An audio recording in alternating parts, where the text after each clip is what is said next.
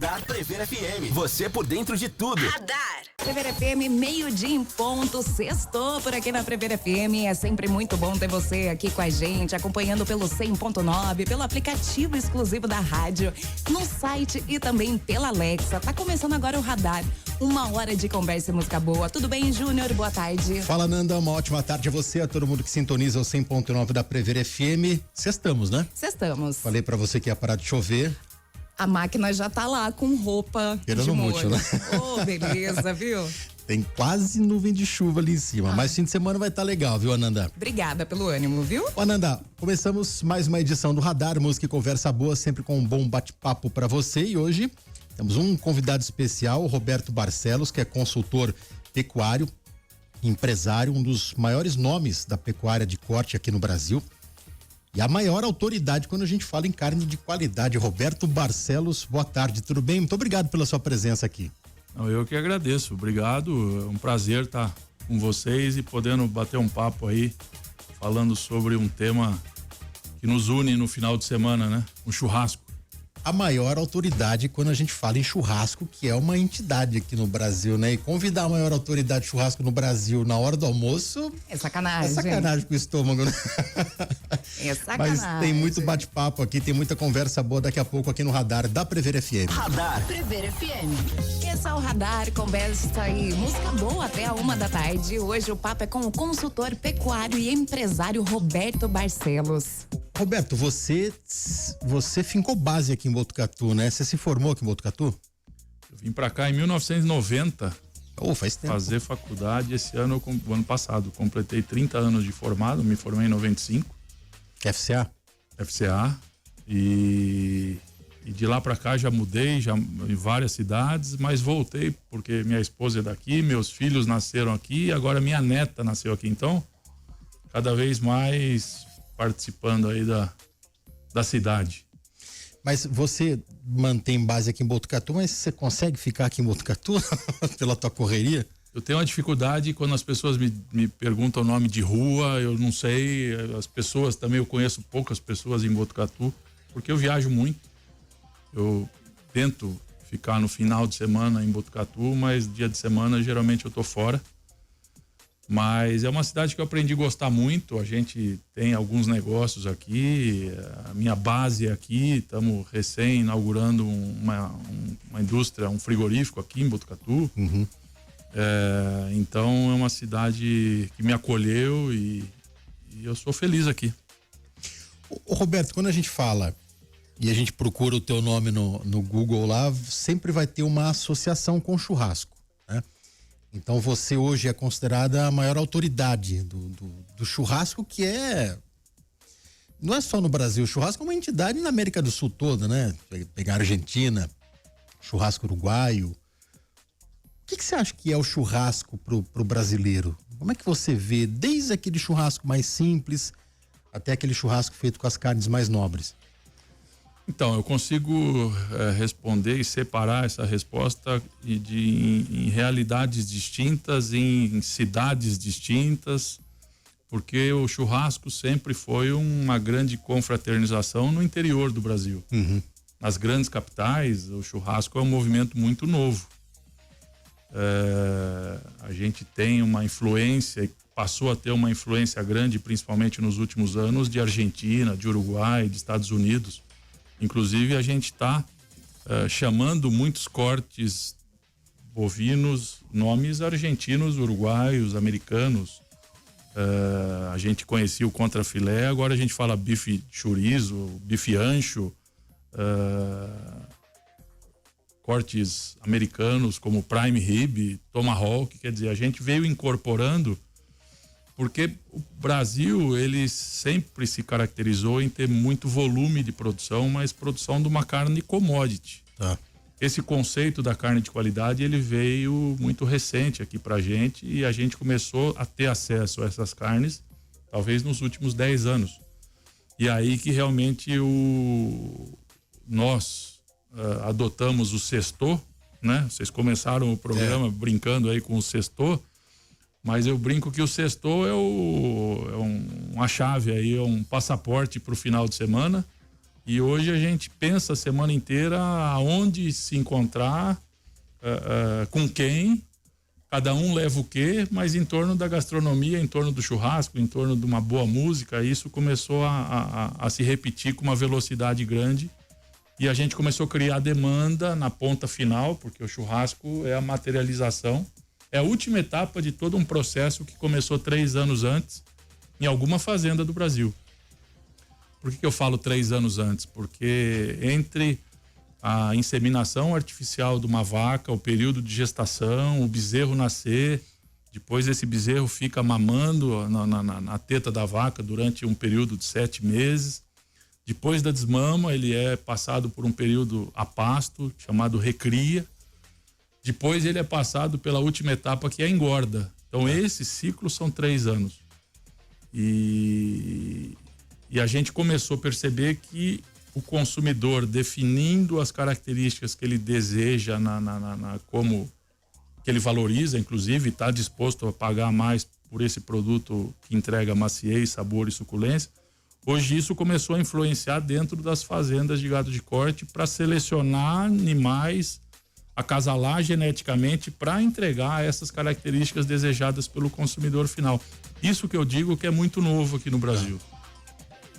Antes a gente produzia, mas exportava quase tudo, é isso? Não, a gente sempre teve um mercado interno muito maior do que os nossos concorrentes, né? Enquanto o Brasil exportava somente 15 a 20% do volume de produção, Uruguai 80%, Argentina acima de 60%, porque eles não têm 200 milhões de habitantes como nós brasileiros temos.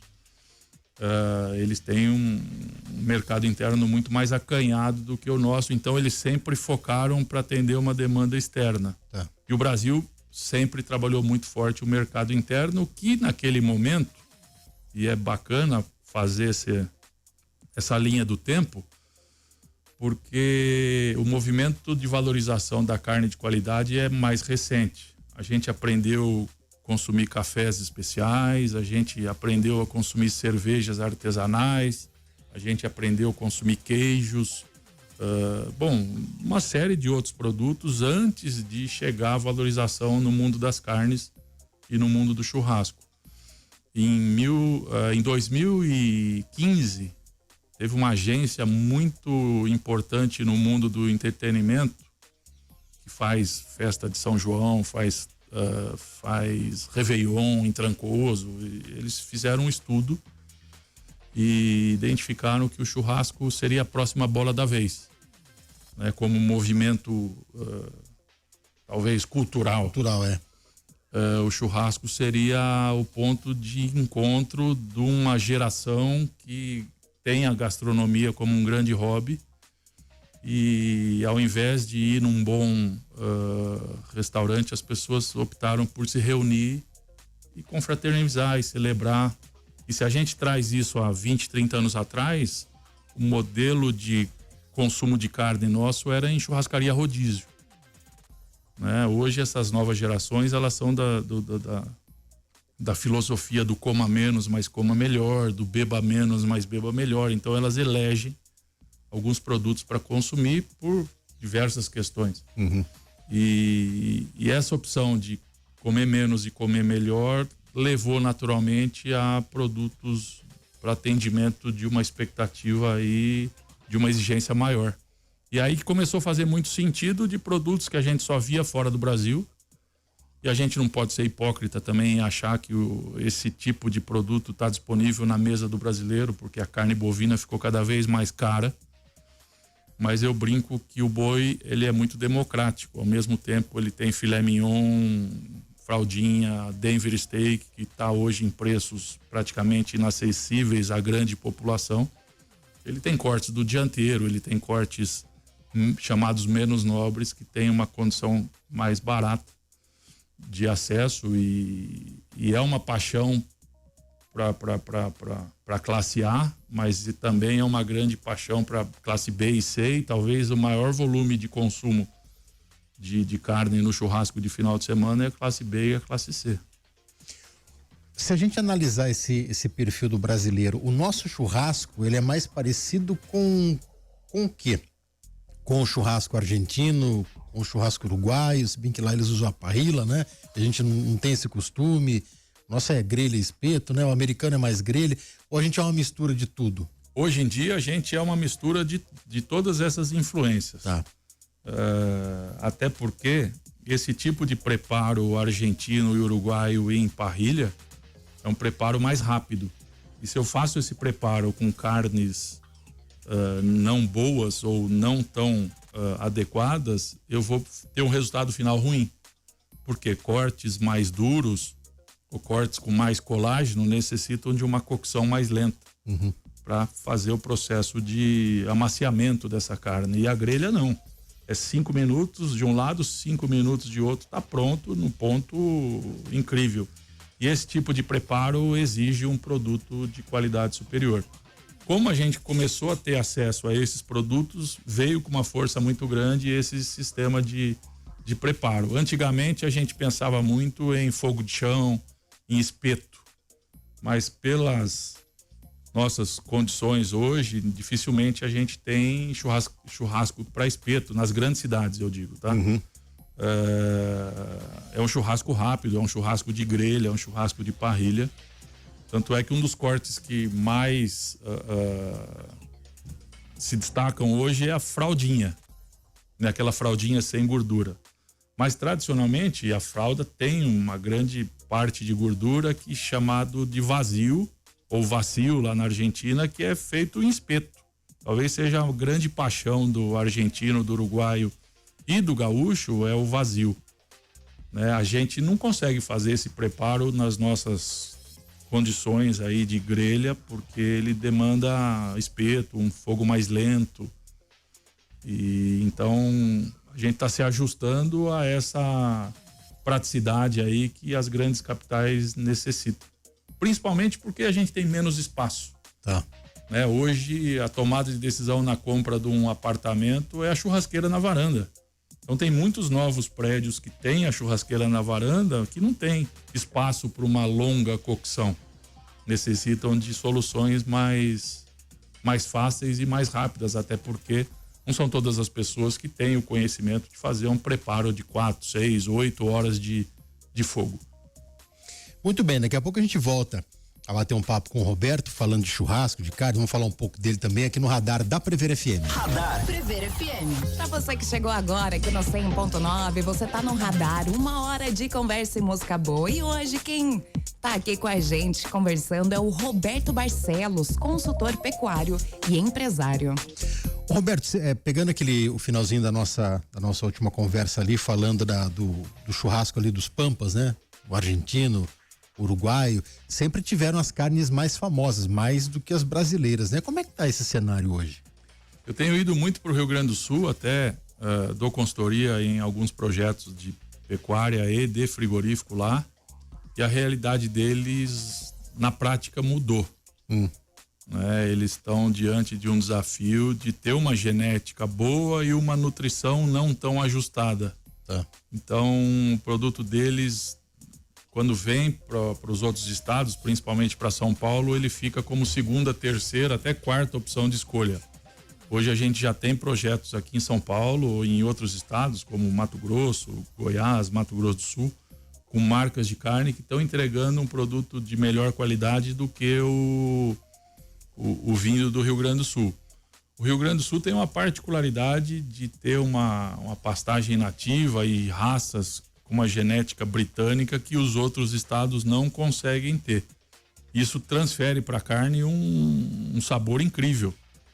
E a gente está se atrevendo hoje de usar a nomenclatura dos vinhos nas carnes, né? A gente fala que vai criar um terroir próprio de uma carne gaúcha que teria grande chance de fazer sucesso, mas um ajuste só na produção eu acho que vai atender a esse mercado que compra hoje carne como compra vinho, de querer carnes produzidas a pasto, do pampa gaúcho, do bioma pampa e com características únicas. É uma das boas carnes que nós temos no Brasil, mas na prática falta ajustar. Por que eu falo na prática falta ajustar? Porque nunca houve um incentivo por parte da indústria frigorífica a remunerar por qualidade de carne no Brasil. A gente está engatinhando nesse processo. Então o produtor, ele se vê diante de um desafio de entregar um animal que impacta ou que tenha o menor custo de produção. Tá. E ele fica nessa dilema. Se ele melhora as características de gordura nessa carcaça, custa mais caro. Só que ele não é remunerado e ele não é incentivado a produzir qualidade. E esse é o dilema que o Brasil tem como um todo, né? A gente fala muito de carne de qualidade, mas a gente precisa entender que para produzir qualidade eu abro mão da eficiência, eu aumento o custo de produção. Então necessita ter uma compensação financeira por parte da indústria, até porque o consumidor lá na ponta está pagando a mais por isso. Então é um ajuste, e em função desse mau trabalho que a gente fez ao longo dos últimos anos, a gente tem uma demanda de carne de qualidade e não tem condição de atender essa demanda, porque muitos produtores foram desincentivados a produzir. Então é um ajuste que vem, mas os erros que nós cometemos a gente está aprendendo na prática para evitá-los aí muito em breve, para voltar realmente a atender essa demanda. Essa escalada de qualidade, então, tem total participação sua? Não, eu atuo nisso há 30 anos. Quando o Brasil não olhava para o mundo da carne de qualidade, eu fui desafiado a tentar entender disso, porque alguns dos projetos que eu atuava optaram por verticalizar a sua produção. Ir até o consumidor final. E quando eu fiz esse caminho, eu percebi que a carne que eu produzia era inferior às carnes argentinas e uruguaias. E eu demorei aí uns 5 anos para ajustar a nossa produção, para ter um produto que me garante hoje ter um produto tão bom quanto os argentinos e uruguaios. Agora, por conta disso, dessa tua participação, eles estão vindo para cá agora, entender o que está acontecendo ou não? Então, eles estão vindo buscar... Como o mundo dá voltas, hein? Tecnologia. Eu dou consultoria, inclusive, na Argentina. E a primeira vez que eu fui para lá com esse intuito, eu me senti na bomboneira lá. Né? Os argentinos querendo me matar, porque que um brasileiro vai ensinar o argentino a fazer carne de qualidade. Mas o que eu fui fazer, na verdade, eu fui criar um protocolo de produção para eu ter um produto mais consistente, mais padronizado. Uhum. E desenvolver uma marca nova de carne. E foi um sucesso. Era um confinamento de 40 mil animais e eu elegi somente 4 mil animais aptos ao projeto. Quer dizer, 10% de toda uma produção argentina, que já é de um nível alto, para atender um nível de excelência. E foi um grande sucesso. E esse modelo foi um aprendizado nosso aqui. Então hoje eles vêm todo ano, eles vêm em grupos de 30 produtores, frigoríficos e tudo mais, fazer intercâmbios. E eu levo eles para o Mato Grosso, eu trago eles para São Paulo. Esse ano nós vamos para o Paraguai. O Paraguai está crescendo e tem um incentivo muito positivo ir para o Paraguai, um governo que está muito próximo do produtor rural, incentivos fiscais, inclusive. E tem muita gente bacana indo para o Paraguai para abraçar a agricultura e pecuária. Que planície, onde se cria ali no Paraguai? É no Chaco ali? O Chaco é o principal área, é uma área disponível e é desafiador, porque ali falta água, tem muita fertilidade, mas chove pouco, tem que aprender a trabalhar ali. Ao contrário do nosso lado ali, né? No Mato Grosso do Sul. Só que lá no Mato Grosso do Sul a fertilidade é baixa e a chuva é alta, quer dizer, nunca tá 100% ideal. Tá, entendi. A gente tem que aprender a trabalhar com as particularidades de cada lugar. Mas eu não tenho dúvida hoje que muito em breve carnes de alto nível de qualidade vão vir do Paraguai. E a gente tem uma leitura um pouco errada de Paraguai, né? Até um pouco pejorativa de Paraguai. A gente associa Paraguai a produto de segunda linha. Mas para quem conhece o Paraguai como país e o Paraguai como tecnologia em produção, em agropecuária, está nos mais altos níveis. Interessante que o Paraguai, a gente sempre taxou o Paraguai desde o final da Guerra do Paraguai, onde o país foi dizimado, como um dos países mais pobres do mundo, como ele foi realmente, né? Como ainda tenta deixar essa tarja. E o Paraguai tem muito a oferecer. O Brasil tem muito a aprender com o Paraguai ali, né?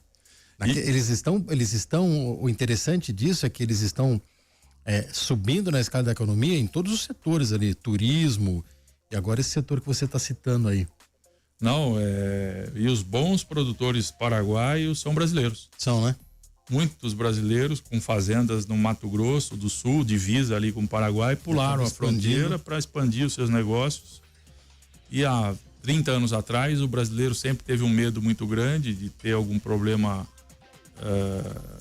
de país, né? Porque nenhuma segurança jurídica o Paraguai de 30 anos atrás oferecia.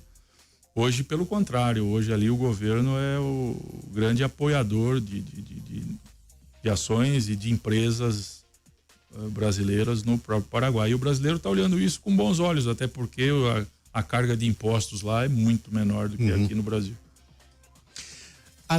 Saindo um pouquinho do Cone Sul, onde mais você é chamado para dar consultoria? Na Europa, por exemplo? Eu tenho ido com frequência para Portugal.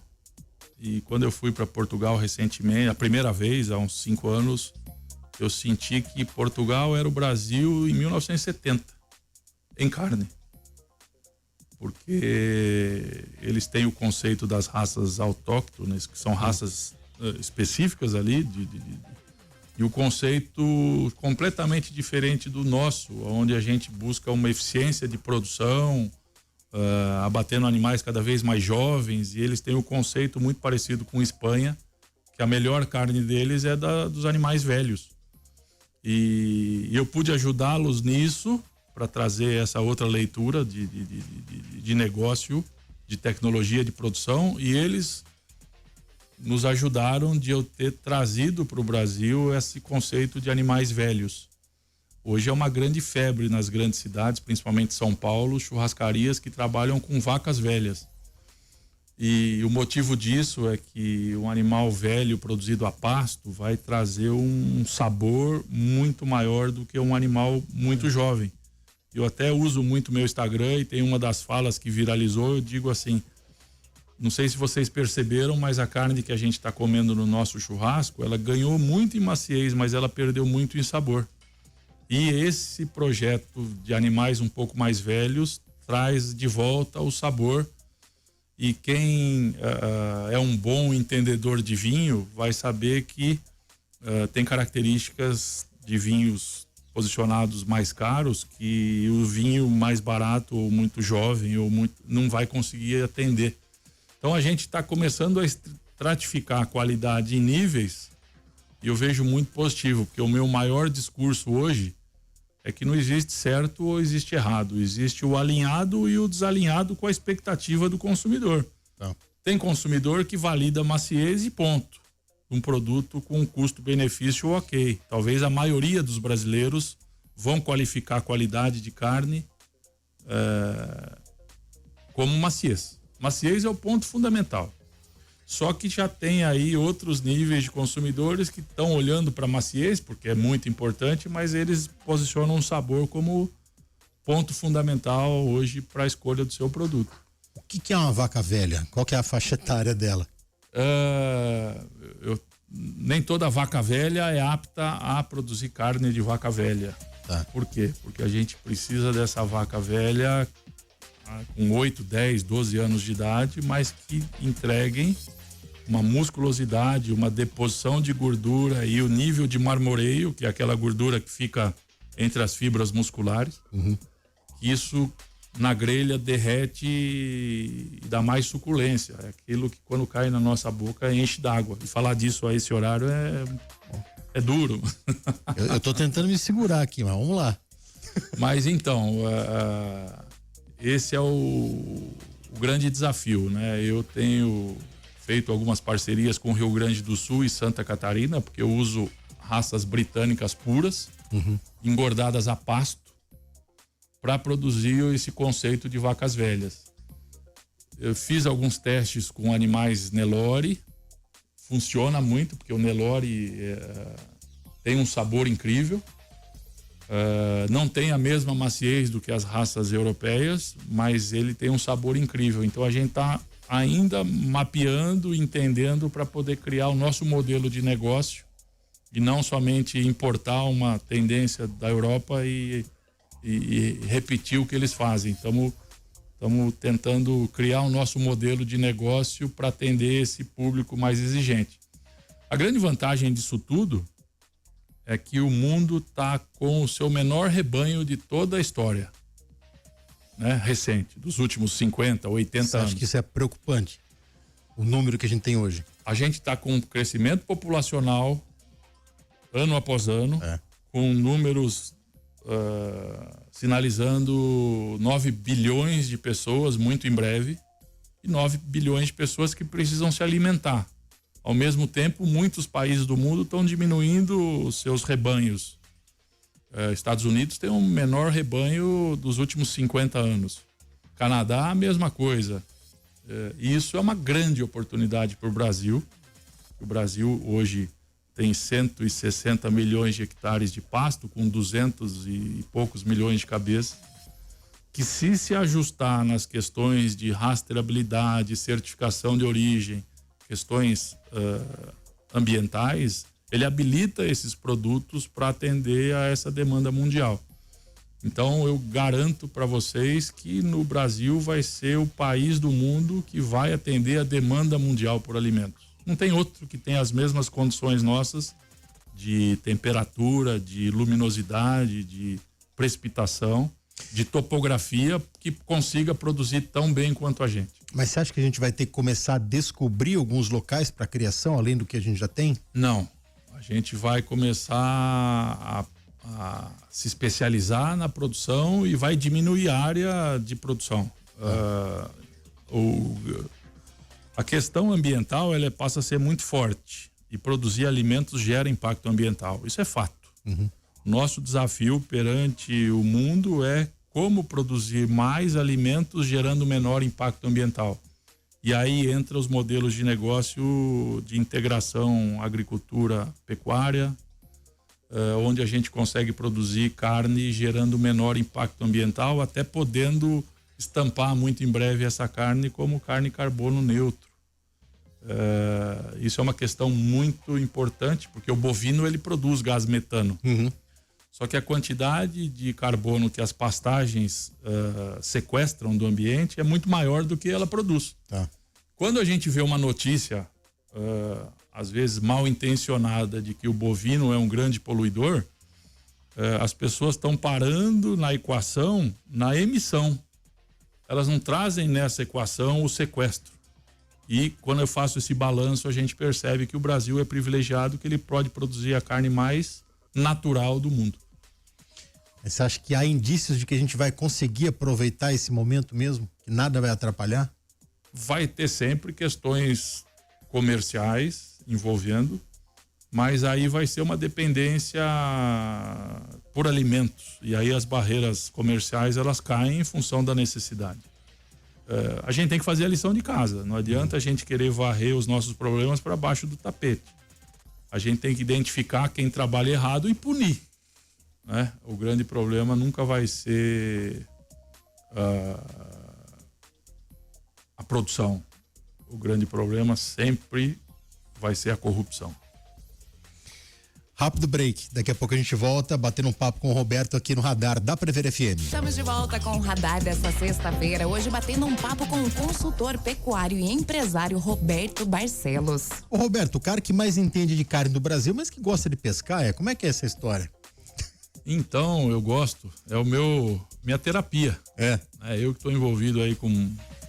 Viajo aí o Brasil inteiro, fora do Brasil. Quando eu tenho um tempinho, eu fujo para ir pescar, vou para Amazônia, para o Mato Grosso, e os filhos vão junto, né? Isso que é bacana. Então passa a ser o nosso momento de encontro ali, e realmente eu me renovo.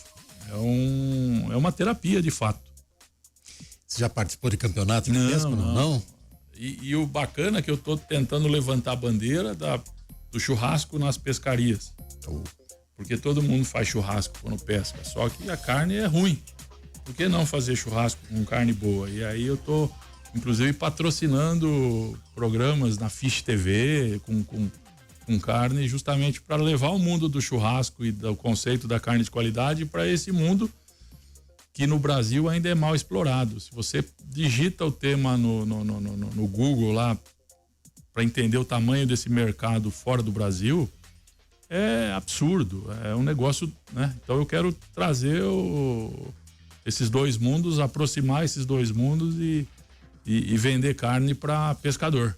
Levar uma churrasqueira no barco ali, na embarcação, é isso? Levar. Ou na beira do rio? Nada, de todo jeito. Onde ele quiser. Onde ele quiser. E fazer as pousadas e os barcos com carne de boa qualidade. Essa. Você vê que é um nicho de turismo pouco explorado no Brasil, né? No máximo a gente tem eu não me lembro agora, qual que é a operadora que faz cruzeiro ali subindo o Solimões, esqueci o nome agora. Ela no máximo faz um churrasquinho bem mequetrefe assim. Mas então, é de um churrasco, de uma carne que está acessível na região. É. E na maioria das vezes é uma carne barata, uma Sim. carne commodity. Então, o cara hoje que pesca, e eu tô falando dos turismos de pescaria, não tem nenhuma pescaria abaixo de 10, 15 mil reais. Os equipamentos hoje utilizados são equipamentos caríssimos.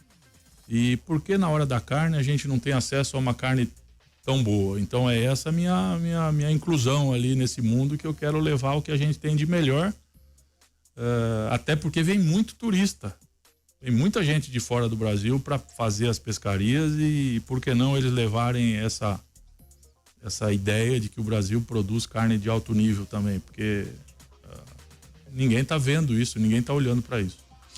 Então a sua pescaria não é sentar no pier ali com a varinha, sua pescaria é um pouco mais...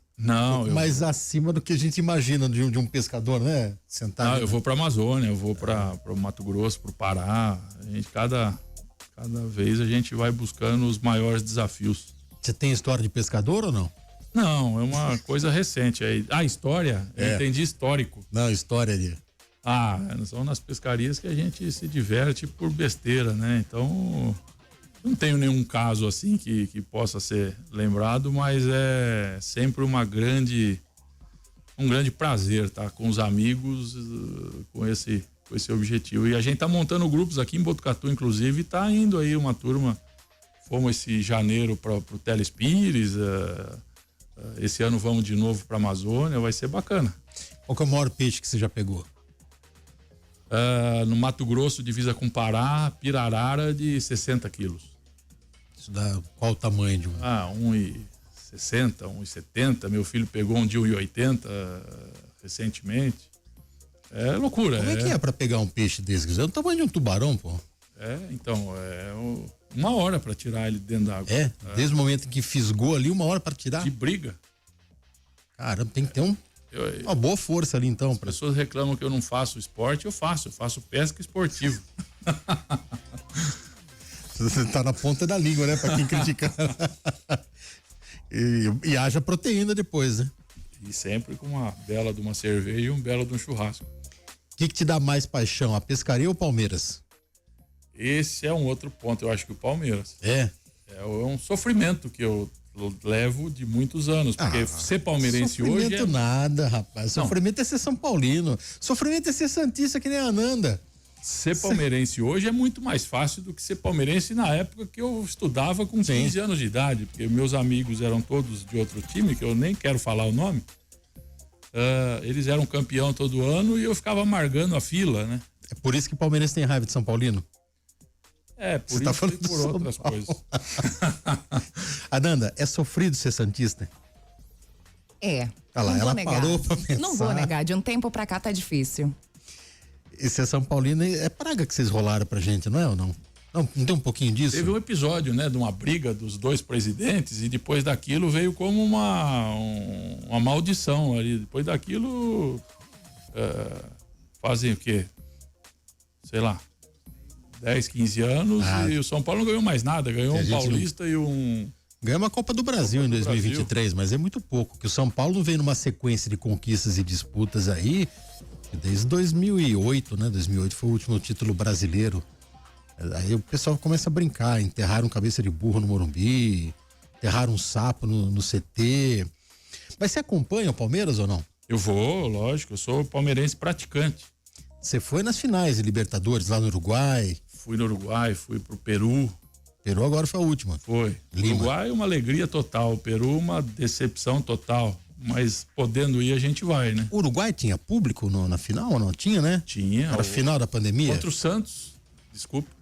No Maracanã, que não tinha na final da Libertadores. Tá, tinha verdade. pouquíssimas pessoas. É. Daí lá em Montevidéu já estava estádio lotado. Em Montevidéu, acho que tinha 8 flamenguistas para cada palmeirense.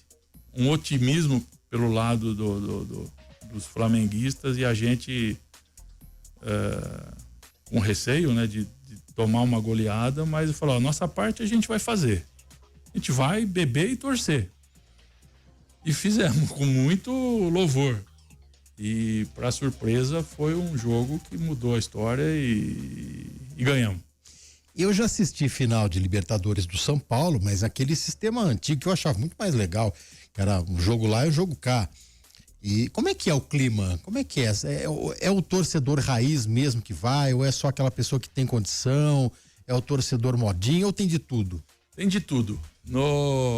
Tem até uma história famosa do jogo de Montevidéu, que a torcida do Flamengo não fez tanto barulho quanto a torcida do Palmeiras. Porque ali é o chamado turista, né? O flamenguista do Brasil inteiro que não canta da mesma forma que as torcidas uniformizadas. E a torcida do Palmeiras foi muita torcida uniformizada que realmente comanda toda a festa. Nessa última edição no Peru estava dividido, estava meio a meio. E quando o time tá ganhando, aí a torcida inflama realmente. Mas vai de tudo, vai desde do uniformizado, que não teria condições de pagar essa passagem, mas vai. Alguém banca, ou vai de ônibus, vai junto e demora uma semana para chegar de ônibus. E vai até as pessoas de maior poder aquisitivo. E é legal, é bacana, é uma viagem diferente, mas que você tem tempo, inclusive, de ver a gastronomia da cidade, de visitar em Lima ainda, né? Lima é fenomenal a gastronomia. É a melhor do mundo, na sua opinião? Eu não sei se é a melhor do mundo, porque eu gosto de carne. Lá tirando a carne, talvez aqueles peixes, aqueles ceviches, aquilo lá é incrível. Ô Roberto, nesse finalzinho de entrevista, voltando um pouquinho pro assunto carne, que recado que você passa para quem gosta de carne, mas é claro que nem todo mundo tem acesso às carnes de qualidade, aos cortes mais nobres, né? A vida fora disso? A vida num mercado, né? De repente num local de acesso mais popular à carne? Eu acho que ainda sim, mas aos poucos a gente vai começar a estratificar muito a qualidade em níveis. Então, realmente as carnes de melhor qualidade, elas vão ser posicionadas de um preço maior num estabelecimento específico. Tá. Hoje a gente ainda meio que faz o garimpo, né? A gente vai no supermercado e consegue eleger uma carne ou outra de melhor qualidade dentro daquela oferta grande de produtos. Mas isso é um erro de cadeia de produção. Por quê? Porque, teoricamente, aquela carne melhor foi pago o mesmo preço da carne pior. E esse valor não chega ao pecuarista que produziu a carne melhor. A indústria frigorífica não consegue, por um lado, remunerar melhor e vender melhor. E a gente está trabalhando numa média geral. Isso eu acho que muda nos próximos anos. Mas não tem dúvida que o prazer do churrasco vai muito além da carne. O churrasco é um momento de encontro, de celebração, e a carne talvez pouco importa ali. Importa as pessoas, o ambiente, a música, a cerveja, o relacionamento, a confraternização, do que propriamente a carne. Hoje, se eu fizer um churrasco de espetinho, pode ser incrível. Da mesma forma que eu posso pegar um wagyu de não sei quantos reais o quilo e vai ser incrível também. Mas não muda o o ambiente, não a muda essência o encontro, do churrasco, a essência. Né? É um ritual, é um prazer, né? É um momento de prazer. E trabalhar com gastronomia é muito legal, porque é o ramo da felicidade, né? Você proporciona felicidade aos seus chamados clientes, e isso é muito bacana. Como é que chama aquele palestrante que veio aqui em Botucatu, esqueci o nome dele, que tem um tom professoral? O Cortella. O Cortella, ele numa das palestras dele que eu tava ouvindo pelo YouTube um dia, ele falava sobre o churrasco. Ele falou assim, ó, o sujeito que vai no churrasco e reclama que ele quer comer e quer ir embora, bom caráter não é. Eu vi já, isso daí. Você já muito ouviu? legal. Não foi mais ou menos isso que ele quis dizer? Porque o churrasco ele é aquele momento de reunião dos amigos, da família. A carne importa, mas o que mais importa é que o churrasco ele é uma entidade que começa a unir todo mundo, né? Ele une famílias, amigos. É isso aí. E o churrasco ele ganhou status, né? Antigamente você ia num casamento e você sabia que tinha um churrasco, era um casamento de sítio. Espetão lá no fundo. Hoje os grandes casamentos de mais alto nível utilizam aquela as métodos de preparo de fogo de chão, de varal, de grelha, isso principalmente nas cidades onde se afastaram dessa cultura, as pessoas se afastaram dessa cultura mais raiz. Isso ficou charmoso, ficou chique. Então é o chique do rústico.